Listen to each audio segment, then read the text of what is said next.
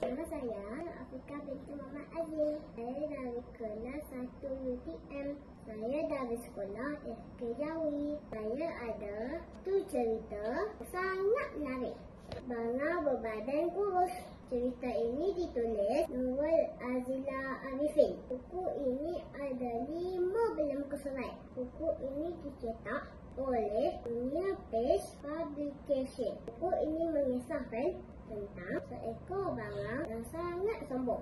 Semua haiwan tak nak berkawan dengan dia sebab sikapnya yang sombong itu.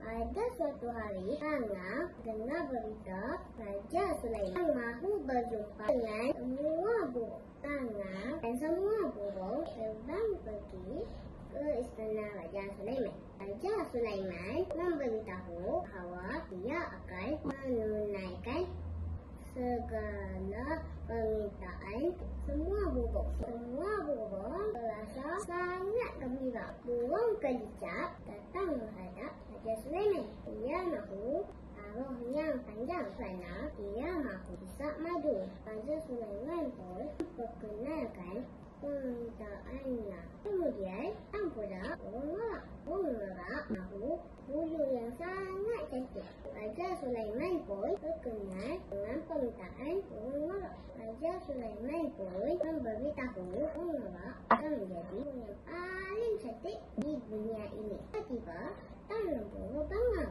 Burung bangau tahu akan 7 ekor ikan lali. Raja Sulaiman rasa kecil mendengar permintaan bangau. Raja Sulaiman minta bangau mengulangi permintaan beliau sekali lagi. Bangau pun mengulangi permintaan burung makan 7 ekor ikan sekali. Raja Sulaiman pun memperkenankan permintaan bangau. Esoknya, dia pergi ke sungai cari ikan. Belangnya tidak ada ekor ikan pun yang berjaya ditangkap oleh bangau.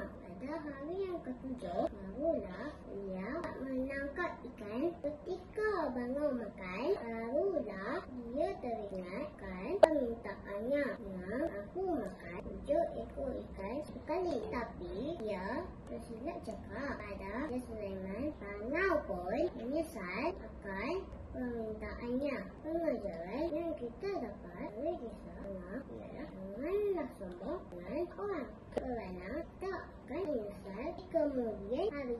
Terima kasih. Bye-bye.